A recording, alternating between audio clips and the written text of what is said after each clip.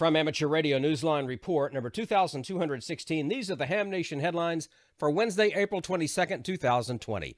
Our top story is the cancellation of Ham Radio Friedrichshafen.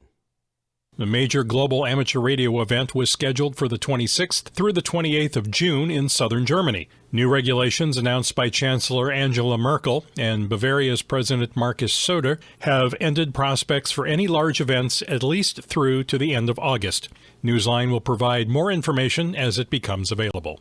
Newsline anchor Paul Brown, WD9GCO. As the COVID-19 pandemic persists, more amateur radio events are being affected. The COVID-19 pandemic has changed plans for a drill that was to be held next month by the Military Auxiliary Radio System. Jack Parker, W8ISH, has that report. Ordinarily, hams and members of the military would be getting ready just about now for the Armed Forces Day crossband test, which was scheduled to take place on Saturday, May 9th. Like so many other radio events around the world, however, this exercise conducted by the Military Auxiliary Radio System, or MARS, has been postponed as a result of the COVID-19 pandemic.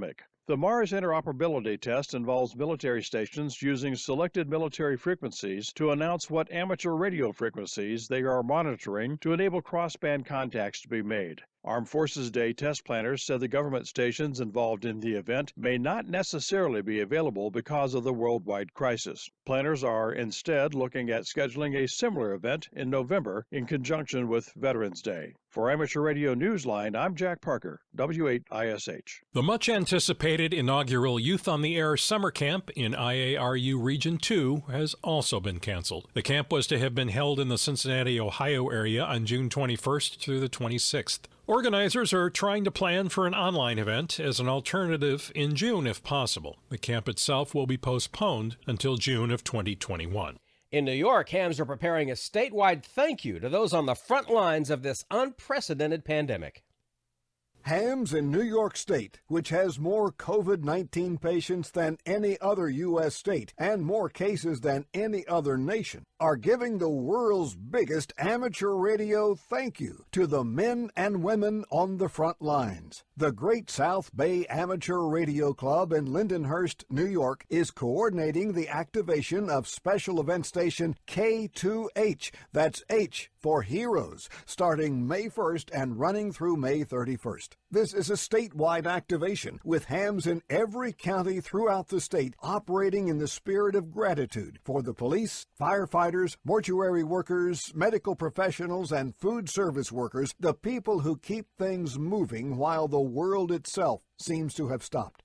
If you're in New York and wish to join them, please email the organizers at K2HHeroes@gmail.com for details. Be listening for K2H on all bands and in all modes. Downloadable certificates will be available, as will big thank yous for everyone. For Amateur Radio Newsline, I'm Jim Dameron, N8TMW.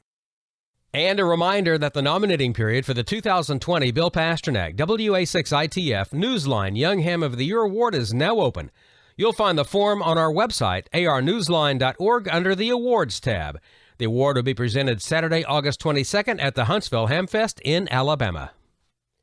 And that's all from the Amateur Radio Newsline, your independent source for amateur radio news for 4 decades and counting at arnewsline.org. With Paul Brown, WD9GCO, Jack Parker, W8ISH, Jim Dameron, N8TMW, Karen Eve Murray, KD2GUT at the news desk in New York, and our news team across the globe. I'm Don Wellbanks, AE5DW. 7-3. We'll see you next time here on Ham Nation.